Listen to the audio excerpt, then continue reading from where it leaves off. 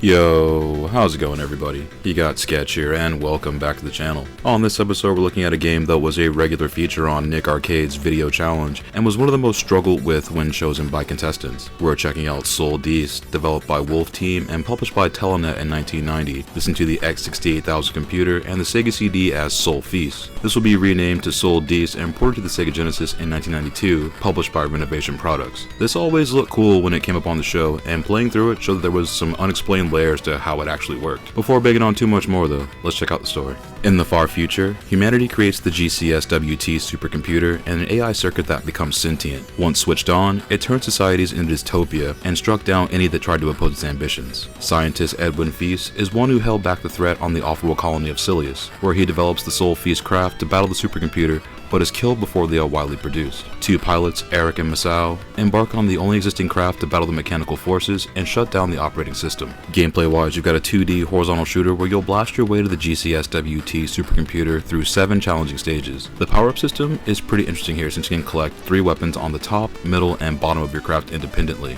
You can adjust your aim by moving forward or backwards, and lock your aim by holding down the fire button once you're dialed in. You can adjust your flight speed at the beginning of the game, which you'll want to dial in sooner than later. You'll battle the mechanical onslaught until getting to a mid or main boss encounter on each stage. Enemies will swarm you quickly at just about every turn, and the gameplay stays at a steady clip from the moment you fly in. The opening stage has you cruising through deep space, blasting space junk out of the way until getting to the first boss, who will hurl more space junk at you while swiping at your craft with its robotic arms. Encounters will quickly escalate in difficulty since enemies will fire back furiously from here. This is also a game where it's one hit and you lose a craft and all of your onboard weapons. On your journey to the GCS-WT mainframe, you'll quickly realize that staying powered up and carving your way through the opposition is going to be crucial, and with one-hit downs that power you to 0, the best strategy is to not get hit. Sol-Deace will throw a lot of fire patterns your way that will come at you fast, along with numerous stage hazards that can quickly clap your craft. You have a decent sized hitbox, and you can safely pass through parts of mechanical arms without taking damage, but the slightest miscalculation will cause damage.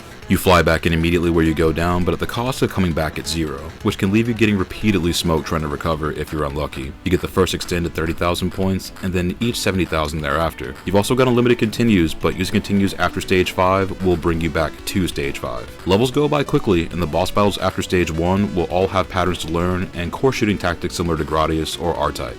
The last 2 stages will have you up against some difficult encounters with bosses that have some pretty stacked health bars. Stage 6 in particular has one of the toughest bosses in the game and is where the encounters start to border on bullet hell. And the gauntlet on stage 7 has a few sub-bosses before getting to the GCS-WT, and this battle gets buck. Considering you don't have much in the way of invincibility frames, constantly firing and dodging is what will keep you alive. Graphics wise, Sol-Deace was originally developed for the X68000 computer and then ported to the Sega CD as a pack-in game for the unit. This version has CD quality audio and dialogue along with animated cutscenes. When it was ported to the Sega Genesis, it retained most of the original content aside from the voice dialogue and removed some of those cutscenes. This is one of those games, when you start it, looks crazy with some truly sharp graphics for the time.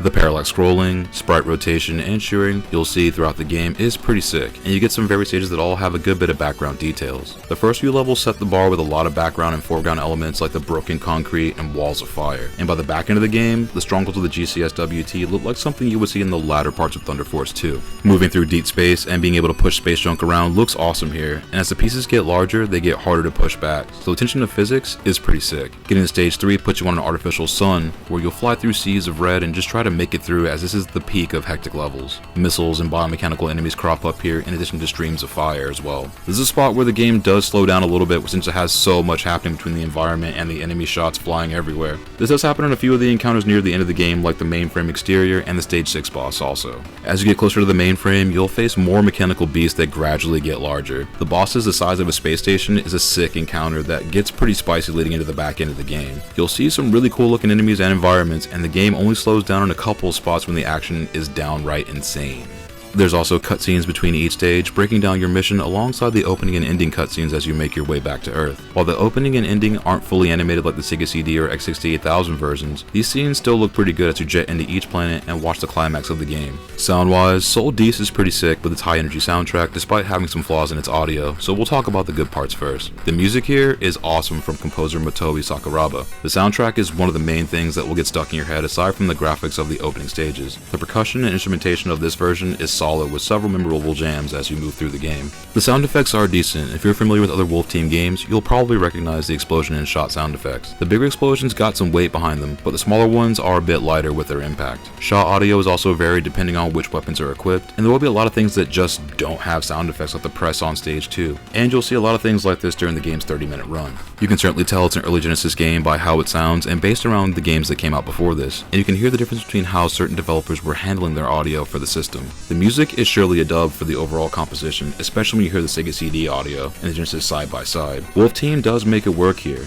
even if there are better examples of masterful sound effects for the console. All in all, Sol-Deace definitely has spots where the audio shines alongside everything else it gets right. To sum it all up, Sol-Deace is a pretty awesome port of Sol-Feast and is a highly underrated shoot 'em up for the Genesis. The gameplay is unique for the time it was released and a challenging game to boot. The game is going to smoke you until you learn the attack patterns and how to best maximize your damage output, but once you do, you'll be well on your way to dismantling the GCS-WT.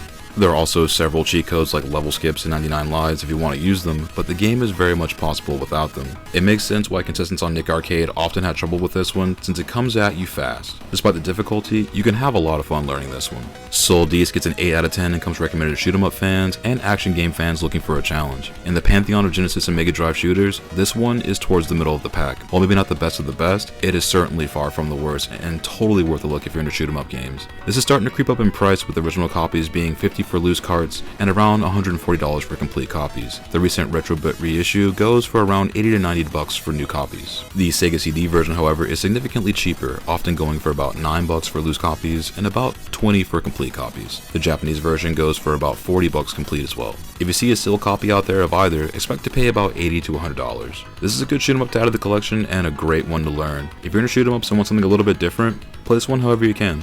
And I thank you so much if you made it this far into the video. If you find these videos helpful, that's awesome, glad to use it as a resource. Check back often, we'll have more reviews and commentaries come up in the near future. But until then, take it easy and stay safe out there. I'll see you on the next one.